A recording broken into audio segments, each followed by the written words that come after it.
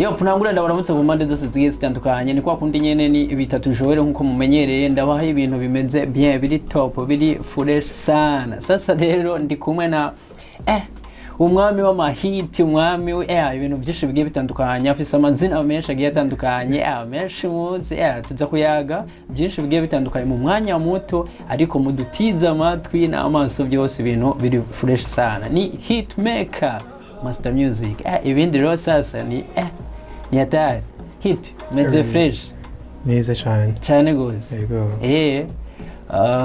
niteka ridasanzwe nakubona turi kumwe nawe nka Rinox TV ariko avuye ko nkuko natangwa ndabivuga tuza kumenya byinshi kuri wewe bigiye bitandukanye no kuri Master Music no kuri nyene hitmaker nyene nka hitmaker ariko utangurura munsi abantu muri rusange naje taryohewe cyane ko na Rinox yatugendeye ngaha muri Master Music aho usanzwe nkorera natwe turabyishimiye tubwira n'abafana badukurikirane tugira tuyage byinshi byiza yego sasa rero hari abantu benshi bambwiye ati na bitatu ya vraiment rifura sarisha sana nipfo kuturonderera abahinyanyunzi ni kuvuga abahinyanyunzi bahinyanyura umuziki nyine ari umuziki twama twumva mu mpande zose zigiye zitandukanye abantu barakunda ko hitmaker izina bararizi benshi ariko hitmaker ryaje gute kuki kwitwa hitmaker hitmaker donc bivanye n'ibyo nkora ico gihe neko ndiga production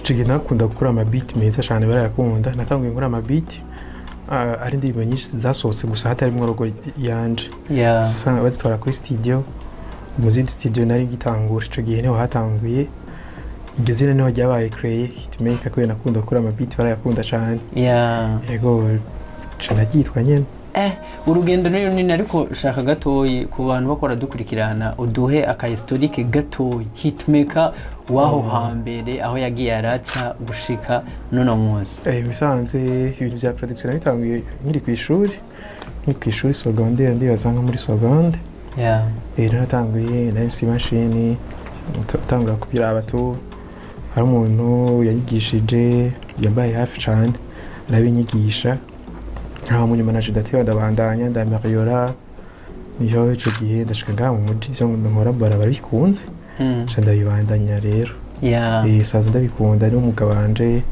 yego aho nabona yuko usanga hariho mbere n'intambamyi watubwiye gato mu majambo makuru rugendo intambamyi zozo zagiye ziraba woba wibuka kuvuga ati kuba amahasro yamabaho bisanzwe amahasro ni general ku muntu yaje kwisi ivyo nta kuntu ushobora kubura nta kuntu ushobora kubura sinashobora kuvuga ngo ni iki canke iki gusa birabaho tu usanga bitari press nashobora gupresiza ngo byagenze uko gusa nyine mu kintu cyose hama hari ibintu bigorana ariko nishobora kubuza target yawe nishobora kubuza intumbero yego abaririmbyi benshi twarabamenye kubera wewe amahiti menshi indirimbo zigiye zitandukanye wakoze ni nyinshi sana ntitwozigaruka ko benshi barazizi aho akaja mu hitmaker cha Master Music ubu ni studio y'ugwego nkuko tuyibona studio isa neza sana atwibutse n'abantu ko ari mu Kigobe mwari yego mwakorera muri Ntunzera mwaka twakorera hajya kami kuri Garde Nord udukorera mu Kigobe hirya pafka tukibarabara rya Avenue des États-Unis no dukorera hitmaker urugendo kuri mu gukora umuziki guhinyanyura indirimbo haza abaririmbyi benshi bagiye batandukanye kubitura hariho n'abatagira impano baza nyene nko kwiryohera kubajera gute nk'umuntu umuhinyanyuzi buzi je kubwanje soshobora kuvuga musanzwe igihe abantu bose baba basumbanye umuntu afise impano gusa bose umuntu yumviye kuja muri stage iyo ni impano ya mbere ko yavyumvisemo kenshi ico nita impano ni volonté kumva ivyo bintu ko bishaka ivyo bintu ça fait dire que akimu yarimvamo confidence yuko ivyo bintu aza kubikora kandi araza kubikora peut-être urugira tubishaka ko hari igihe adashikana ngaho gusa iyo yateye iyo ntambwe bisigura ko n'indi ntambwe azoyitera ejo uzosanga aba artiste bakuze bose batanguye bigorana hari nabo nzi byagorana muri studio gusa ubu bafise izina rikomeye yego yuko umuziki uri kurakundwa rwose ngaha ari wo muziki mwe mukora kuri mwebwe nk'abahinyanyonzi en general umuziki muko mubona gute aho uri kuragana mu bisanzwe umuziki ugiye kubiraba tuvugishije kuri ari gihe umuziki ngaha mu Burundi wigeze kubushushe kera ndibaza muza 2010 2012 ko en tout cas ari gihe higeze kuba shit novuga peut-être muri za 2015 dukuduga uko umuziki urasubiye inyuma hari aba artiste bamwe bari barakora amateka batari ngaho ubu ico gihe rero ndiko ndavuga ubu sinovuga ati ngo biracika cane ngo nivyahatari ahubwo miki gihe ico novuga gisigaye gikaza aba producer basigaye bakaza cane gusa aba artiste nabo niba ndavuga ko atari benshi cane si benshi kuko par rapport à gihe bari benshi cane twarumva abakora amastile anatandukanye menshi anatandukanye kumva abakora reggae kumva abakora ama hip hop biki novuga ati ubu rero novuga ariko haraba ibintu biko birabahonovere aba artiste nabo nyene bariko bikora neza sinovuga hacariho urugendo frame hacariho urugendo gusa umwe wese arakoresha ingufu ziwe kugira umuziki en general utera imbere yego abantu benshi bakwitwa ngo umwami w'amahiti nakaye kantu hitmaker yisangije kuruta abandi bahinyanyonzi ba mu Burundi akantu yisangije nuko keshi ibintu nkora nta n'umwe usanga bisa navyo keshi urashobora gusanga producer benshi bakoze beat ukaza kubona isa ni canke producer umwe agakora beat zose zikaba zisa donc je ndashobora gukora beat zishika igihumbi nagire n'imisa n'iyindi parce que kuko nkora amastile yose gospel imiziki isanzwe kiritirere byose ama trap biki ndabikora kuko naravyize umwanya kwiye uri muganga w'impande zose zigiye zitandukanye kugira mu kanya duce turangiza abahinyanyonzi benshi nga mu Burundi aho ubona yuko usanga ubucuti atari ikirenga kuri hitmaker niko abibona just siko ndabibona ubucuti buba buhari gusa kenshi urumva kenshi abantu bagira ubucuti iyo bahurira ku bintu none se umudandaza wo muri Bivire n'umudandaza wo mu Kamenge ni ngombwa bamenyane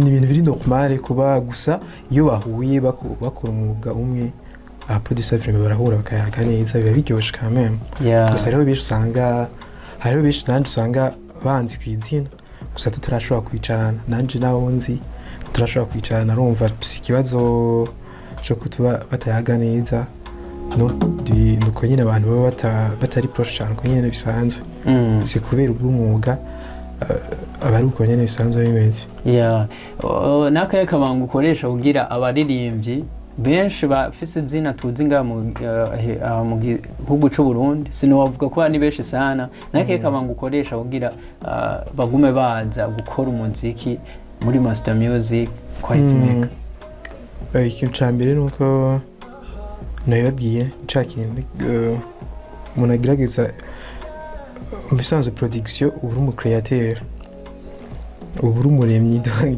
gusa umuremyi w'amabiti canke a musique umu createur urashobora gucrea nuko nkora ibintu bidasa n'ivy'abandi sinkopya just nkora ikintu kiri original deuxièmement nguma n'avance kuko nk'ubu ndiga n'ishuri ryerekeye production turabyiga ari amashuri ari en Amerique turayarihira turi ngaha umva ku kwezi usize uku gukurikira uzosanga ndubundi muntu ça veut dire que ico gituma aba artiste benshi bakunda kuguma bagaruka parce que bagomba babona changement amélioration quand même oui biraheze sana sasa rero hitmaker akantu bisa nuko no kongerako urabona ko amabiti menshi mukora usanga menshi afise sano n'ayandi mabiti yo mu bindi bihugu byo hanze ariko ugasanga ntimukora cyane ya mabiti yo nga mu Burundi inanga canke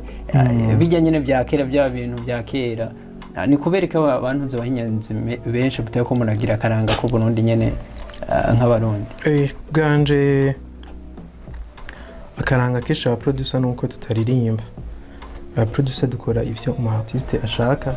Yeah. Donc ça veut dire que mico gihe umuntu aje avuga ashaka trap urumva n'uca umuforsa ngo dukore ngiyi abafise abari byashoboye. Yeah. Gusa ikindi kintu ni ikintu ushobora guterera aba artiste. Bisanzwe ari amastile menshi ku mu artiste umwe ariko arambwira histoire. Turabona Burna Boy. Yeah. Ati Burna Boy aragira amarecherche akabira kuri basogokuru babo. Aranyereka izindi ndirimbo ati atura ama reference ngaha. Ndavuga ati oui nibyo. Yeah. None nawe ushaka tukiri iki? Ati rero natwe reka turondera ama reference ngaha nyene. Ndavuga ati warubwirageje gusa cyugira esheki ugiye muri nzira itariyo. Agenda kugira reference ku ndirimbo zo muri Nigeria. Orke ngaha turafise ama reference menshi, hariho basogokuru bande bari bafise indirimbo nziza cyane. Izo ndirimbo category musanzwe nka jewe fagisi no vuga ngo ndikunda create bisa nani style no kwitirira ibyo bintu usanga mvuze ngo afrofiji ngo afronde. Yeah. Just orke bisanzwe bihari barabikire basogokuru. Yeah. Ahubwo nivyo nyene kora ibyo nyene. Kora ibyo nyene kuko nabandi bakora ibyo nyene gusa nukuha valeur ibintu byacu hagati amasire yacu arahari menshi, hariho imidiho ibiki dikara umuntu ariko abimbira ari amastile menshi kandi aryoshe. Yeah. Gusa ubu mugiye kubona tuyakora n'aba artiste bamwe azoba ari izo nyene ziya style gusa turashobora kuzameliora tukazigira ukundi kwacu nisha zihindura izina ziguma za zindi nyene. Yeah. Imbarama ya gumarama ya nyene. Yego. Hitmaker tugushimire sana ariko nibihe uri kurategura urana 2025 bise nuko iri hafi mu kugera ariko ama project kurategura nko muri Master Music muko murategura ku baririmbyi bagiye batandukanye ni nkaya. Ama project kisha ama project umva ndavyita ko ari nk'umwana ataravuka. Yeah. Musanze project igiye mu ngiro. Yeah. Donc ari byinshi tiko turakora muzobibona tuzobabwira muzoba mubibona gusa ni ibintu bikaze cyane. Yeah. Biri ku rundi rwego cyane. Hitmaker tugushimire sana. Ariko n'abantu benshi batari bwakubone benshi baguma bavuga ati hari akantu nigeze kubona kuravugiza piano benshi baravuga ati Hitmaker kwirasha kubakira umwana muto ikwire uri kuramura. Abandi nabati reka yarawuriye ariko Hitmaker tugushimire sana igihugu cameze bien sana ariko akabanga ukwibira abandi ba producer abandi bahinyanyunze nk'abagenzi bawo. Akabanga nukiyo producer nuko ari cyo nyene ko ndavuga yuko bakwiye kwiga ikintu bita creativity. Ibintu ukora bigahavarere wewe nyene bigahavarere igihugu kuko nk'ubu nkoze beat yo mu Rwanda beat uyakoze canke Diamond yakoze nka cenda yigana nta valere vyaje utangaha. Yeah. Ndavyita ko ambati kunkora nka cover. Donc nico kintu je nanye ngwanya cane hari n'aba artiste bamwe nasi ko dukorana kwira bari kwanya Bridget je shaka ngo ibintu bibi tukati no ivyo je navyo nkora je. Yeah. Donc parce que icyo kiri important sajya mahera ahubwo ni Rex tuba dukoze ukavuga ati abantu barakoze ibintu byiza bitanga valeur ku gihugu cacu. Yeah. Bari kintu kiri important cyane. Yeah. Hitmaker. Je ndabona twarara ariko asante sana ndagushimire sana. Naje ndabashimiye cyane. Ariko hajya abantu bashaka kugutora mbora ashaka kujya Facebook, YouTube mbere ku mbuga zigiye zitandukanye. YouTube, TikTok, Instagram, Facebook. Hosni FG the Hitmaker. Yeah. Asante sana Hitmaker ndagushimire sana. Wakoze sana. Nibaze n'ikindi gihe tugukeneye ko tuzokuro. Karibu cyane. Yeah. There you go.